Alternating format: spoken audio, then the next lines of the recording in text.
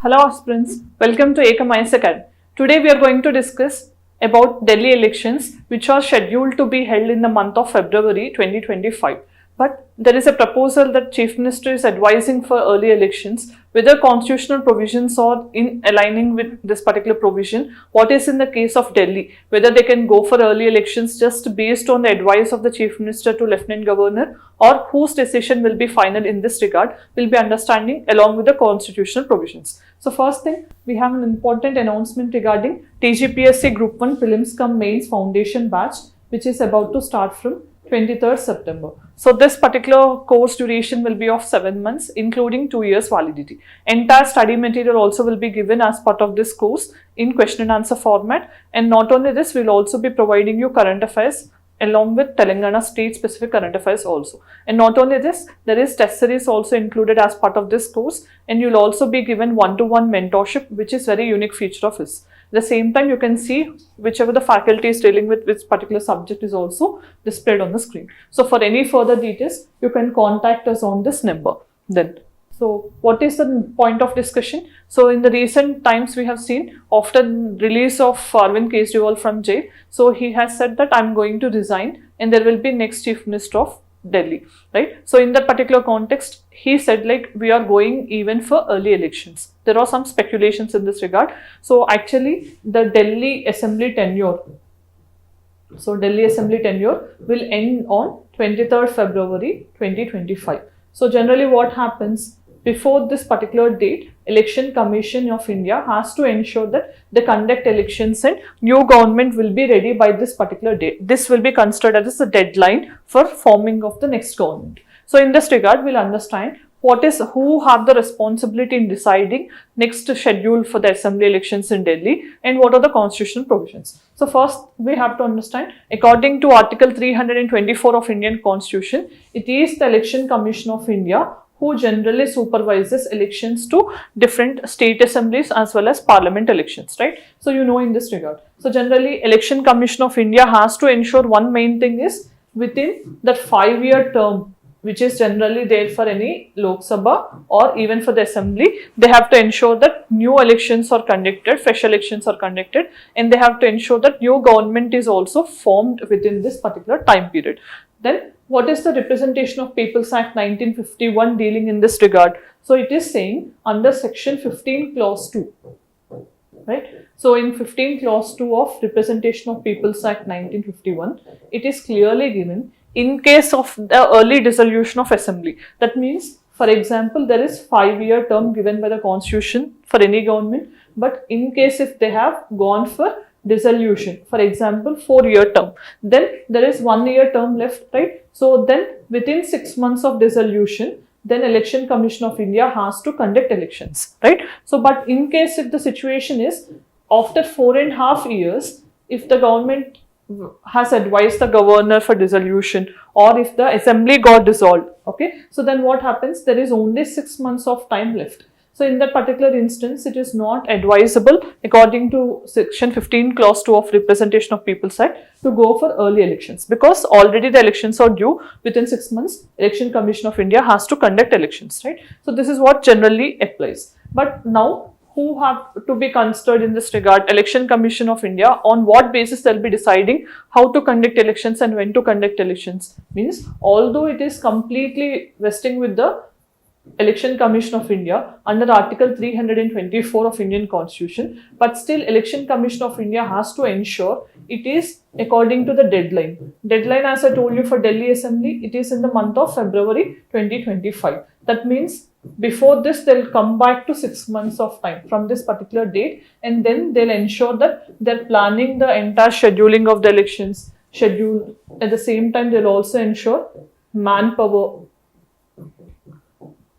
security deployment, whether there is any festivals at that point of time. All these things have to be considered. So many other things also have to be administrative feasibility. These things generally will be checked by the Election Commission of India before announcing when the assembly will be undergoing the polls. At the same time, they will also consult with the state government as well as local administration also, because they need their help in conducting the elections. So this generally will be followed. Then what is the case of Delhi here? Because Delhi is not full-fledged a complete state. As it is a national capital territory, and like other states where the complete powers are with the chief ministers and the council of ministers, and their advice will be binding most of the situations for the governor.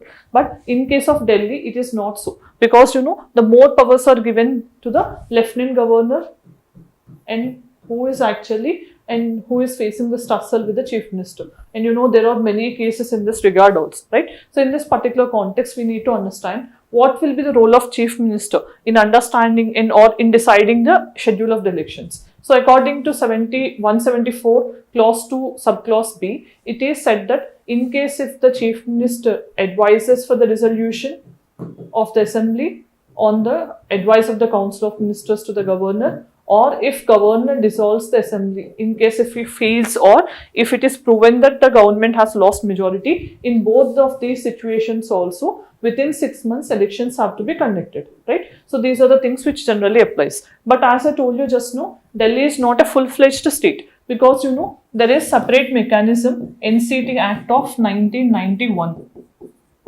Right? Under this particular act, who is being given more powers? It is lieutenant governor. Although if the chief minister advises to go for dissolution or early assembly elections also, it will be the main decision of the lieutenant governor, who acts generally as a centre's agent, and his decision will be final. So it is just not like the case of Telangana in 2018, where the chief minister has advised for early dissolution to the governor and it was subsequently dissolved, and then they went for early elections. It is not the case, because Delhi is not a full-fledged state in this regard. So it is the lieutenant governor who will actually take the final decision in spite of the advice of the chief minister. In this particular case now, Arvind Kejriwal has resigned, and he said like, the next we'll be forming the new government as soon as possible, but they didn't talk anything about early dissolution. So let's wait for what will happen in the future. Next, coming to the next previous video's practice question, in which of the following regions of India you most likely to come across Great Indian Hornbill? So this particular species is generally seen in which part of India? First one, sand deserts of northwest India, you can rule it out, and then higher Himalayas of Jammu and Kashmir, no, and then salt marshes of western Gujarat, no, and it is in Western Ghats. So Western Ghats, which is also a biodiversity hotspot, there you can see this Great Indian Hornbill. This was asked in the context of Nagaland. Then let's see the practice question for the day. Which of the following statements are correct regarding constitutional provisions related to NCT Delhi? First one, Legislative Assembly of Delhi has the power to make laws in all matters of the state list and concurrent list, including police and public order. Lieutenant Governor of Delhi is bound by the aid and advice of the Council of Ministers in all matters. Then Article 239AA of the Constitution provides for a special status to NCT Delhi. So how many of these options are correct? Try to answer in the comment section. Then, as we have reached end of the video, today we have discussed about early elections concept in Delhi. Can Delhi Assembly go for early elections within November, right? Because Delhi Chief Minister, ex-Chief Minister, you can say Arvind Kejriwal, he wanted to go for early elections in the month of November itself, along with some other states like Maharashtra. So in this regard, we have seen the feasibility and what will be the constitutional mechanism that will operate in a special status case like Delhi, and what are the constitutional provisions regarding the articles as well as Representation of People's Act, and whose decision will be final in this regard. All these are the things which we have discussed in a short video. If you found the video informative, do let us know in the comment section. Thanks for joining. See you again.